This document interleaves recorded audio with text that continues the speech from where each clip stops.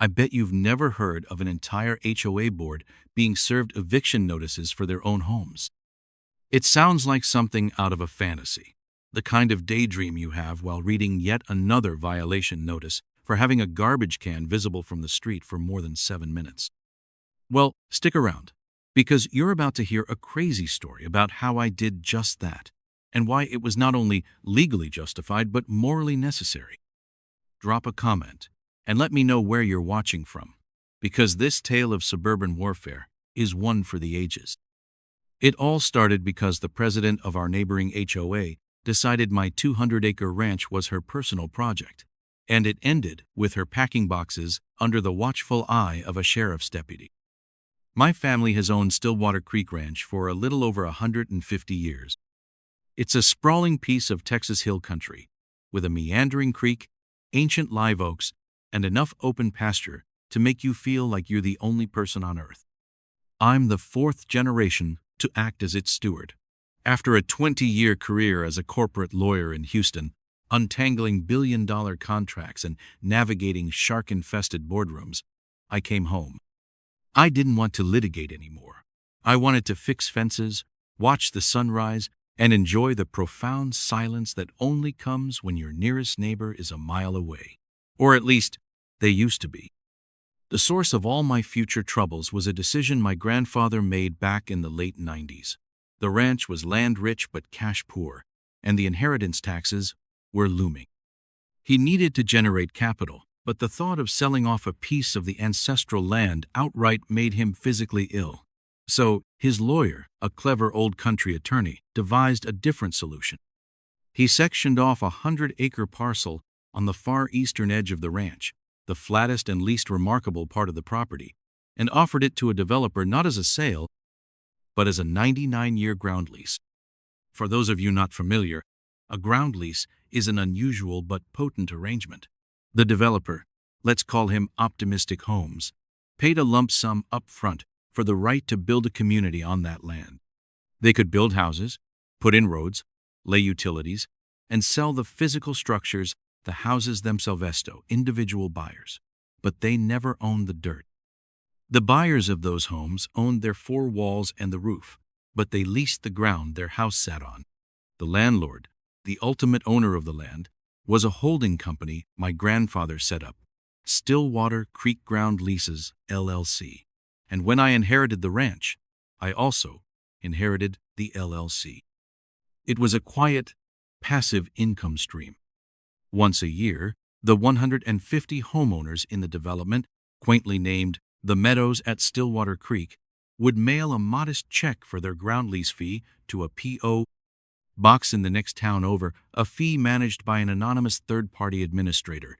To them, it was just another small piece of paperwork in the complex equation of homeownership. They had no idea that their landlord was the quiet guy in the dusty pickup truck they sometimes saw mending fences along the main road. I preferred it that way. It was clean, simple, and blessedly anonymous. For the first few years after my return, life was perfect. The Meadows was a quiet subdivision filled with families and retirees. The HOA was a sleepy, benevolent entity that mostly just organized a yearly Christmas parade and reminded people to trim their hedges. We coexisted peacefully. They had their manicured lawns and identical mailboxes, and I had my wild, untamed ranch. We waved at each other. It was all very neighborly. Then came Brenda.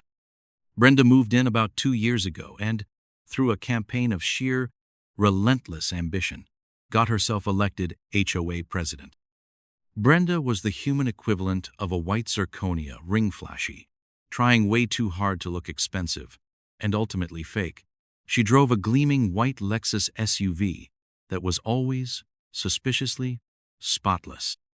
She wore athleisure wear that cost more than my monthly feed bill and spoke in a condescending tone that suggested she was constantly explaining something very simple to a very stupid child. The previous HOA board had been a group of laid-back dads. Brenda's board was a collection of acolytes, chief among them a man named Gary, a man whose spine had apparently been surgically removed and replaced with a weather vane that pointed directly at Brenda. The first sign of trouble arrived in my mailbox. a crisp white envelope with the ostentatious "The Meadows at Stillwater Creek HOA" logo embossed at the top. Inside was a formal letter informing me of a 100 fine for an unmaintained landscape verge. I walked out to the road that separated my ranch from their subdivision.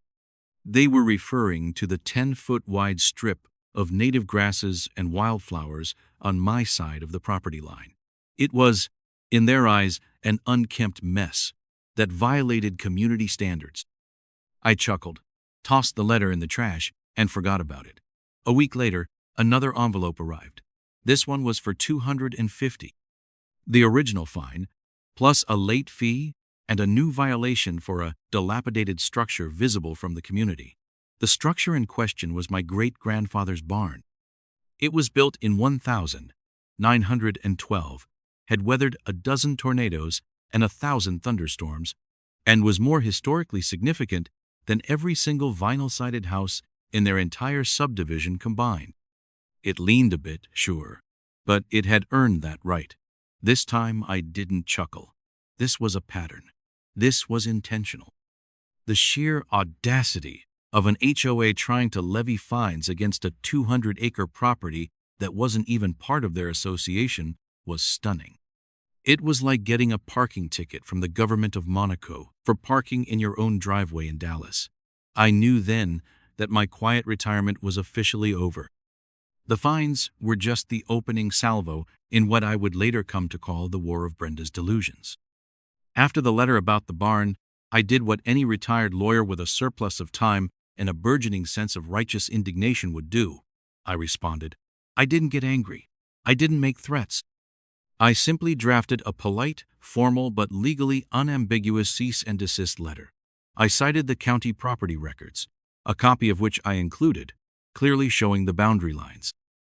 I explained, in the simplest possible terms, that Stillwater Creek Ranch was not, and had never been, subject to the covenants, conditions, and restrictions of the Meadows at Stillwater Creek.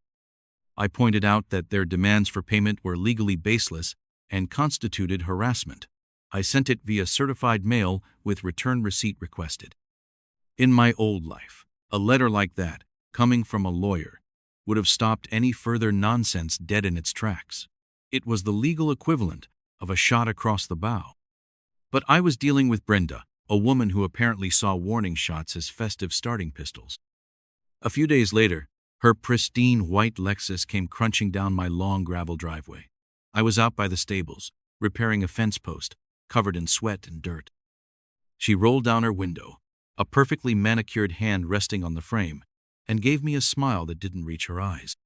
"You must be the owner," she said, her voice dripping with syrupy condescension. She didn't get out of the car, as if the very air of a working ranch might tarnish her Lululemon outfit. "I am," I said, leaning on my post-hole digger. "And you must be the person sending me mistaken mail." "Oh, it's no mistake," she chirped, her smile tightening. "I'm Brenda, president of the HOA. We just wanted to have a little chat about your property. You see, a lot of our residents feel that the rustic state of your ranch is having a negative impact on our home values. That old barn, the uncut fields, it's not the aesthetic we're trying to cultivate here at the Meadows." I stared at her, genuinely baffled. "Brenda," I said slowly, "my family was cultivating this aesthetic, as you call it, when your entire subdivision was just a patch of scrub brush. My ranch isn't an accessory to your community. It's a separate entity, as I explained in my letter." She waved a dismissive hand, the diamonds on her wrist catching the sun. "Oh, the letter. Yes, that was very formal. But you have to understand, we're a community of standards. We all have a responsibility to each other.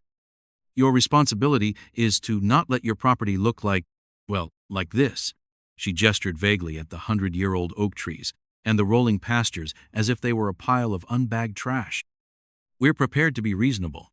We have a list of approved paint colors for the barn, and we can recommend a landscaping service to handle the wilderness along the road." It was at that moment I realized I wasn't dealing with a simple busybody. I was dealing with a zealot, a petty tyrant, whose tiny kingdom of 150 houses wasn't big enough to contain her ego. She genuinely believed her authority extended beyond her subdivision's boundaries, powered by nothing more than her own sense of entitlement. I kept my voice even. My barn will remain the color it has always been. My fields will remain as they are. This is a working ranch, not a petting zoo. You have no jurisdiction here. Please don't contact me about this again. I turned back to my fence post, a clear signal that the conversation was over. She sat there for a moment, mouth agape, utterly shocked that her royal decree had been ignored. Then, with a theatrical sigh of frustration, she put the Lexus in reverse and sped away, kicking up a cloud of dust that settled on her immaculate white paint job. I allowed myself a small, grim smile. This encounter prompted me to do a little more digging. Not into my own deed, I knew that was solid, but into Brenda. It wasn't hard. She had a very public social media profile. It turned out she was a real estate agent, or rather, had been one. A quick search of the state licensing board showed her license had been suspended 2 years prior for unethical client representation and misrepresentation of property features. It all clicked into place. She hadn't just failed. She'd been drummed out of the business for being shady. Now, unable to rule the local real estate market, she'd turned the HOA into her personal fiefdom to scratch that same power-hungry itch. I also reached out to a man named David, a resident of the Meadows who'd bought some hay from me a few times for his wife's horses. He was a quiet, reasonable guy, an electrical engineer by trade. Over a beer on my porch, he laid out the full scope of Brenda's reign of terror. She had implemented rules about the specific shade of white for window trim. She had tried to ban pickup trucks from being parked in driveways overnight. She issued fines if a child's bicycle was left on a lawn for more than an hour. She would measure the grass height in people's yards with a ruler. She was, in David's words, a one-woman plague of beige-tinted misery. He also confirmed my suspicion. Brenda hated the ranch. She'd said in an open HOA meeting that it was a disgrace to have such a huge, undeveloped tract of land right next to their premier community. She dreamed of a Phase 2 for the Meadows, with her as the agent, of course, collecting all those fat commissions. The harassment wasn't just about aesthetics. It was a pressure campaign. She was trying to make my life miserable enough that I would consider selling. Armed with this knowledge, I felt a grim sense of clarity, but I never could have predicted her next move. A week after her visit, David called me, his voice tight with disbelief. "Alex, you need to get on Zillow. Right now." I pulled up the website, a knot of dread tightening in my stomach. And there it was. My home, my legacy, my ranch, listed for sale. Stillwater Creek Ranch. The headline read, 200 acres of prime real estate, perfect for development, an unmissable opportunity to expand the exclusive Meadows community. The listing agent? The Meadows at Stillwater Creek Homeowners Association. They had used photos of my house, my barn, my landau, clearly taken from the road, some zoomed in and grainy. The asking price was listed as, "Inquire for details." Brenda hadn't just crossed a line, she had bulldozed it, paved it over, and painted parking spaces on it. The sheer, breathtaking illegality of its slander of title, fraudulent advertising, impersonating a seller's agent, was staggering. My blood ran cold, but my mind, the old lawyer part of my brain that had been dormant for years, began to whir. This wasn't just an insult anymore. This was war. And Brenda had no idea what kind of weapons I had in my arsenal. For a full minute, I just stared at the screen.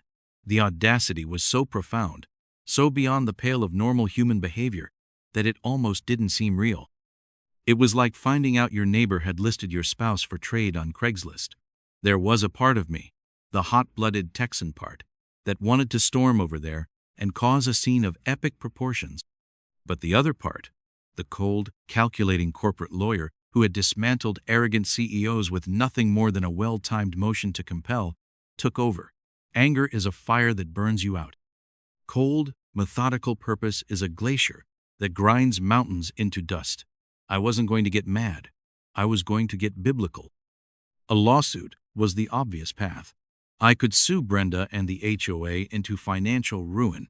The case was a slam dunk. I had the fraudulent listing, David's testimony about her motives, and my own cease and desist letter as proof of their willful infringement. But a lawsuit would be public, messy, and time-consuming. It would drag on for years, cost a fortune in legal fees, even if I represented myself. Time is money, and the end result would just be a monetary judgment. It wouldn't remove the cancer. Brenda would declare bankruptcy.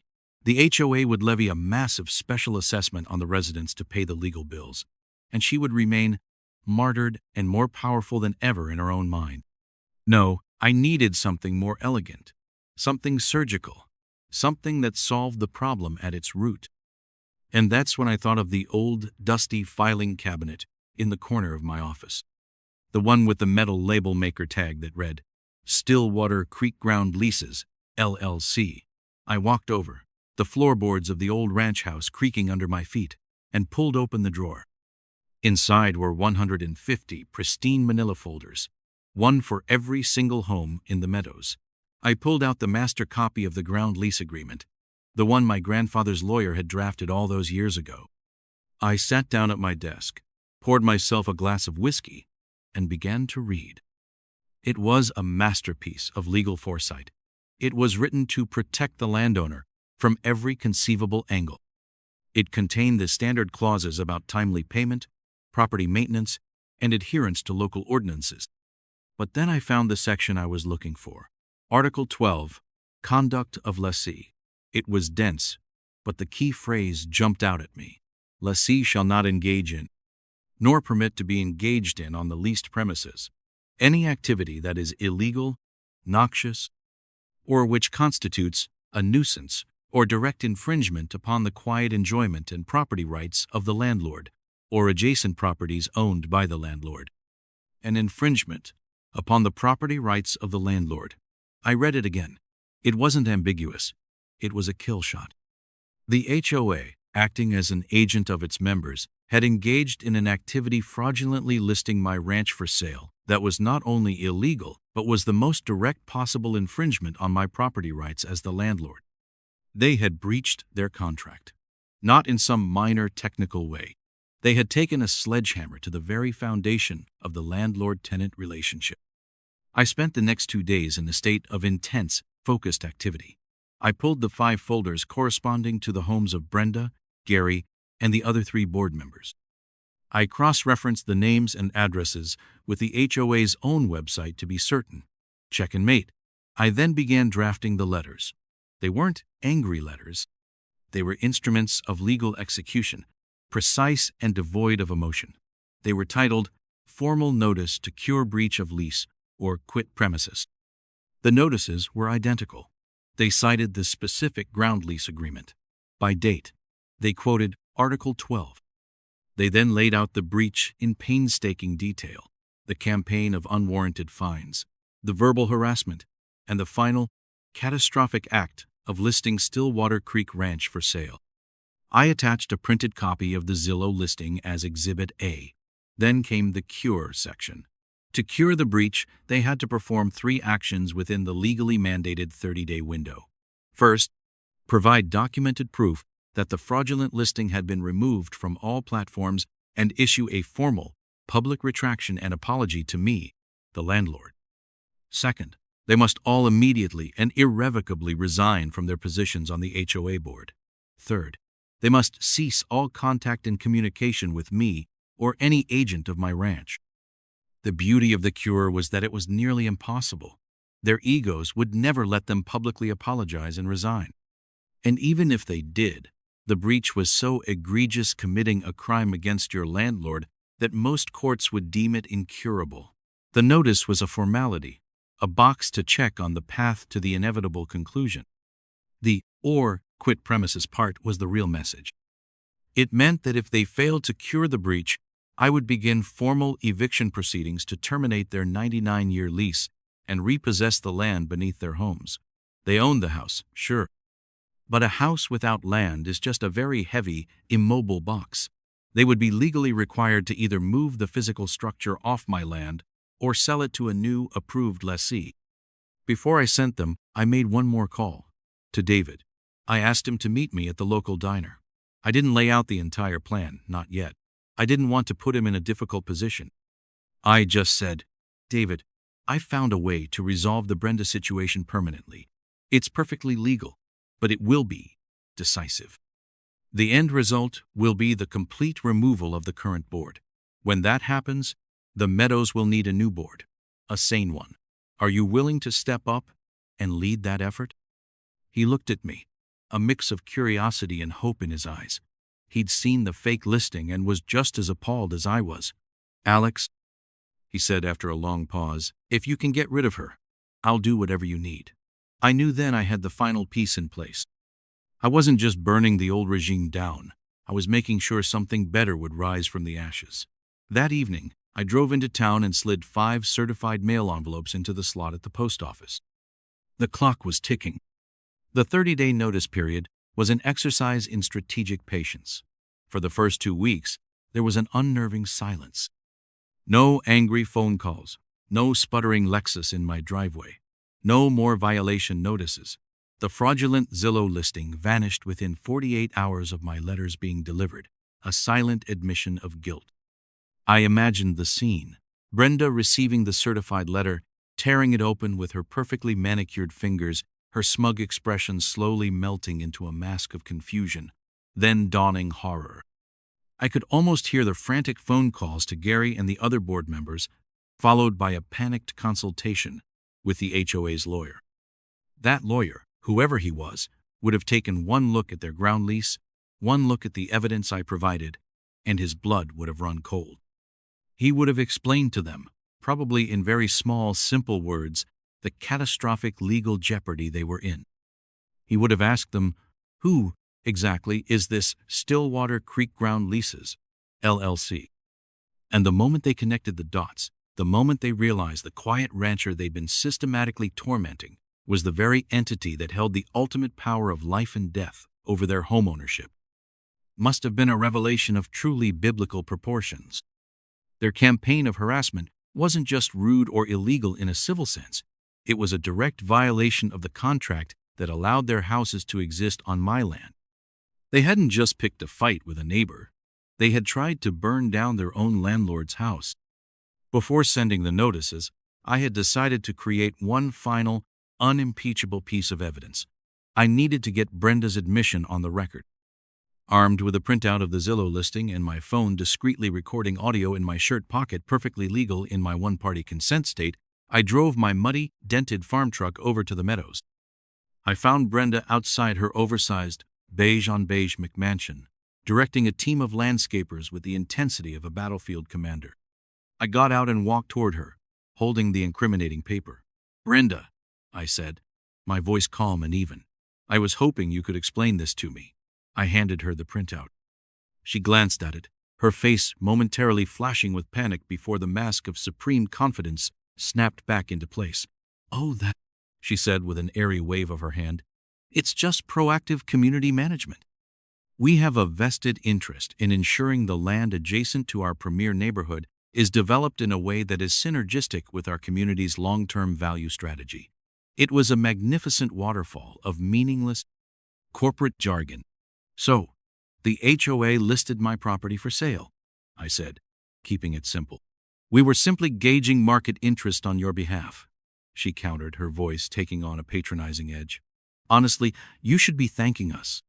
An asset that size, just sitting there, underutilized. It's practically a fiscal tragedy. We were creating a potential opportunity for you. She actually believed it. In her mind, her actions were not just justified, but noble. She was the visionary, and I was the simple-minded farmer who couldn't see the gold mine I was sitting on. So, to be clear, I pressed, the HOA board authorized this listing? Of course, she said, puffing up with pride. It was a unanimous decision. We have to be aggressive to protect our property values. Thank you, Brenda, I said, my voice betraying no emotion. You've been very clear. I took the paper from her hand, got back in my truck, and drove away, the audio file of her cheerful confession safely stored on my phone. It was Exhibit B. On day 29 of the 30-day notice period, a letter arrived. It wasn't an apology. It was from a downtown law firm. the kind with a lot of names on the letterhead. It was a masterpiece of bluster and bluff. It accused me of a campaign of intimidation against the volunteer members of the board. It threatened a countersuit for harassment. It was loud, aggressive, and pointedly, it made absolutely no mention of the ground lease. It completely ignored the central issue, instead trying to reframe the entire conflict as a simple neighbor dispute. I read it, chuckled, and filed it away. They hadn't cured the breach. They hadn't resigned. They hadn't apologized. They had just hired a more expensive mouthpiece to shout the same nonsense. They had called my bluff, not realizing I wasn't holding a pair of deuces. I was holding a royal flush. On the morning of day 31, I was at the county courthouse when the doors opened. I walked up to the clerk's office and filed 5 separate unlawful detainer complaints, the legal term for an eviction lawsuit. One for Brenda, one for Gary, one for each of their 3 loyal board members. The paperwork was immaculate. The evidence was attached: the ground lease agreement, the cease and desist letter, the printout of the fraudulent listing, the certified mail receipts, and a transcript of my recorded conversation with Brenda. The clerk, a woman I knew from my hay-buying trips to the feed store, looked at the names on the filings, and her eyebrows shot up. "This is going to be the talk of the town," she murmured as she stamped the documents. "You have no idea," I replied. The trap was sprung. Now, all I had to do was wait for them to finish thrashing around in it. The news that I had filed eviction lawsuits against the entire HOA board spread through the meadows like a grass fire in a drought. It was a legal bombshell, and the fallout was immediate and chaotic. The board's response was to call an emergency, all-hands-on-deck community meeting in the subdivision's sterile, beige clubhouse. Their strategy was clear: get ahead of the story, control the narrative, and paint me as the villain. They framed it as an unprecedented attack by a wealthy, reclusive landowner on a group of dedicated volunteers who were simply trying to protect the community. They were banking on the residents' ignorance of the true situation. It was a fatal miscalculation. I decided to attend. I arrived early and took a seat in the back row, just another face in the crowd. The room was packed. People were anxious, confused, and angry. Brenda and her 4 board members sat at a folding table at the front, arranged like a panel of beleaguered heroes. Brenda, dressed in a sharp blazer that screamed, "I am a serious business professional," took the microphone. Her performance was worthy of an award. She spoke of her love for the community, her tireless volunteer hours, her vision for a pristine and prosperous meadows. Then she turned her attention to me. She didn't use my name at first, referring to me only as the owner of the adjacent property. She painted me as a hostile, uncooperative recluse who refused to maintain his property and who had responded to their neighborly concerns with aggressive legal threats. She portrayed the Zillow listing as a simple misunderstanding, a clerical error made by an overzealous volunteer that had been blown completely out of proportion. Finally, she delivered what she thought was the finishing blow. "And now," she said, her voice trembling with manufactured outrage, "this man has filed lawsuits to have us, your neighbors, your friends, your elected board, thrown out of our own homes. Can you imagine? Just because we asked him to mow his lawn." A murmur of shock and anger rippled through the crowd. People were looking around, shaking their heads. Her story, without the crucial context, was compelling. She was David, and I was the giant, Goliath. When she finished her speech and asked for questions, I let a few people voice their concerns before I stood up.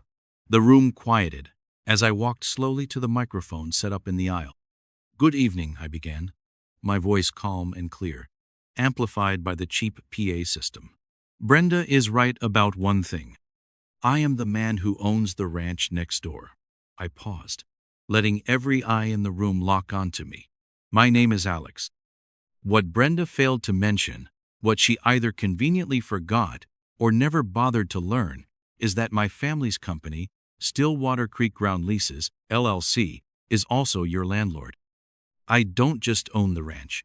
I own the land under every single one of your homes. A collective gasp sucked the air out of the room. You could have heard a pin drop on the industrial-grade carpet. I saw Brenda's face go pale, the confident smirk replaced by a look of pure, unadulterated panic.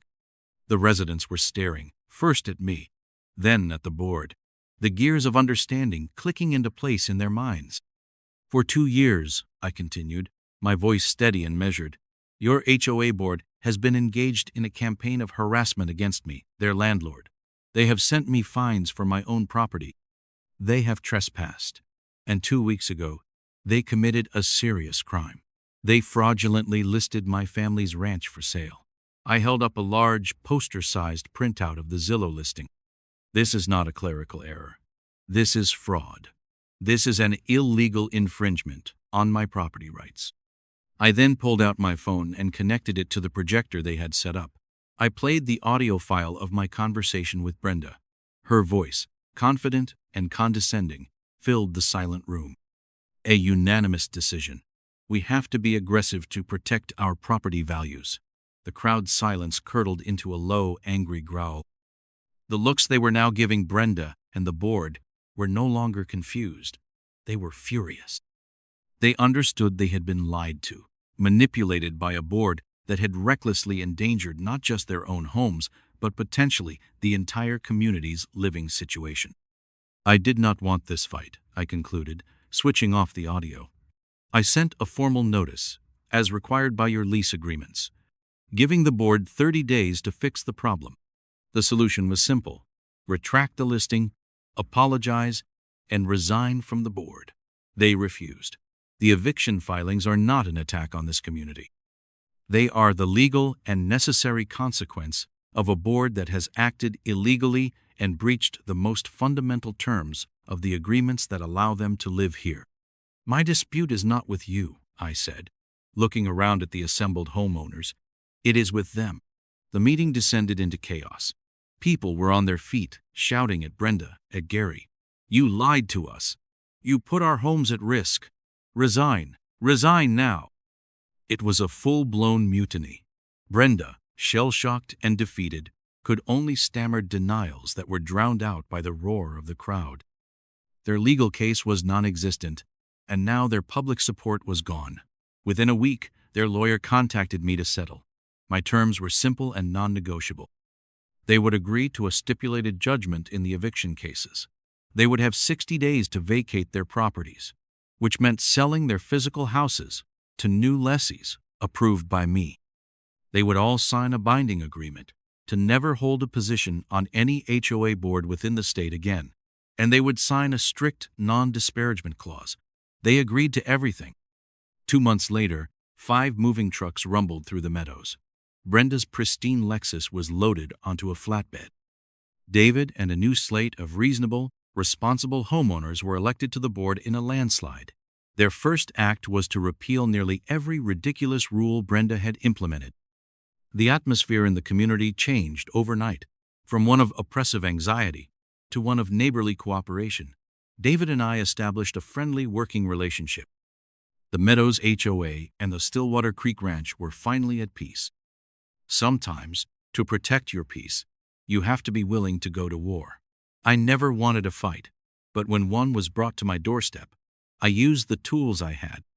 My fight wasn't just about a barn or an unmowed field. It was about principle.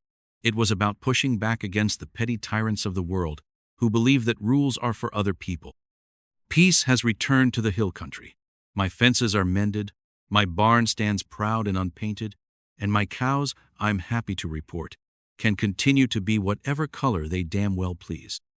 Thanks for watching, and I hope your own neighborhood is a little more peaceful than mine was.